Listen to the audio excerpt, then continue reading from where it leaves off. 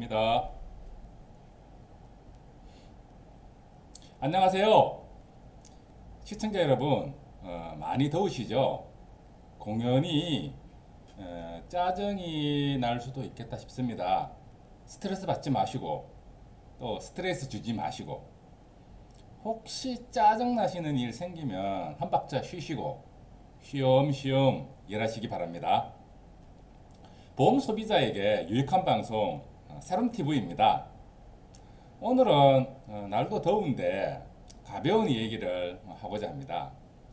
우리 자동차 보험 중에 운전자 연령 한정 특약 또는 가족 운전 한정 특약에 대한 이야기입니다. 말 그대로 운전할 수 있는 자의 범위를 정한 특약인데요. 그렇게 함으로써 자동차 보험료를 좀 절약할 수 있는 자동차 보험 상품입니다. 그런데 운전할 수 없는 자가 운전하던 중 사고에서 보험사가 보상해야 하는 경우가 있습니다. 어떤 경우인지 한번 봐보십시다. 자, 시작 한번 하겠습니다. 자동차 보험 약관 만 26세 이상 운전 한정 특약과 가족 운전 한정 특약에 보면 원칙적으로는 사고일 기준 운전자의 만 나이가 26세 이상이어야 보상을 해 주는 걸로 되어 있죠. 그리고 또 그 운전자가 차주인 기민 피보험자하고 가족 관계여야지 보상이 가능합니다. 그런데 특별약관 제2조 보상하지 않는 손해편에 보면은 단서조항이라고 있습니다. 단서조항 첫 번째는 도난 운전 중 보험사고편이고요. 단서조항 두 번째는 보면은 취급업자가 취급업무 중 보험사고는 보상합니다라고 기재되어 있습니다. 약관을 한번 봐보면 이렇게 기재되어 있네요. 단서조항 1번인 도난운전조항에는 피보험 자동차를 도난당하였을 경우 그 도난당한 때로부터 발견할 때까지 피보험 자동차의 사고로 대인대물 자손 자차 사고는 보상합니다. 그러니까 도난운전 중 사고인 경우에는 나이 특약이나 운전자 가족 관계 특약을 적용하지 않는다는 얘기지요. 적용하지 않고 보상한다는 얘기입니다. 그리고 또 단서조항 2번에는 취급업자 조항이 있는데요.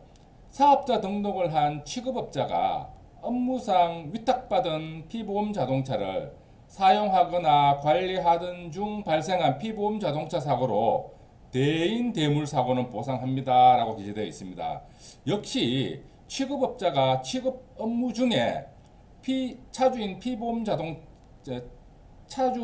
자동차를 운전 중 사고는 그 대리운전자 취급업자가 취급 업무를 하던 자가 운전 중의 사고는 차주와 가족 관계가 아니어도 보상한다는 그 조항인 게죠.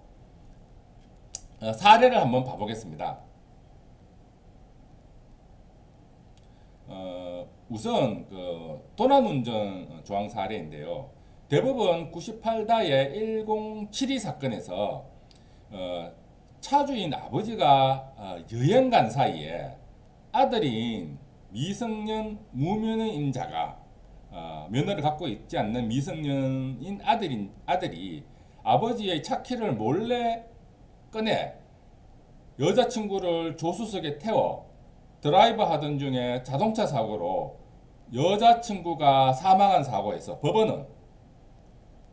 법원은 해당 사고는 도난 중 사고로 판단하였으며 운전 한정 특약 보상하지 않는 사유 중 단서 조항에 해당되지 않는다며 단서조항에 해당된다며 보험사가 망인의 손해배상금을 지급하라고 설치하였습니다.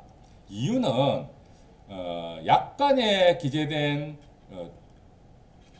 도난을 당한 경우에 해당된다는 것인데, 이 도난을 당한 경우에 이 차주 김영피보험자의 명시적 묵시적 의사에 반하여 제3자인 아들이 피보험 자동차를 운전한 경우를 포함한다고 설치하였습니다. 결국 미성년자가 운전하였지만 도난 중 사고에 해당되어 만 26세 이상 운전 한정 특약 면책에 해당되지 않는다는 판결이었습니다.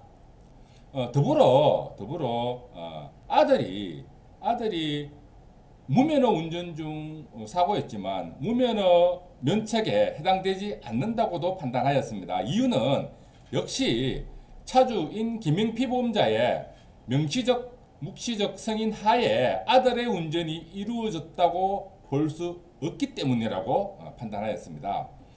그리고 지난 시간에도 한번 말씀드렸던 것 같은데요.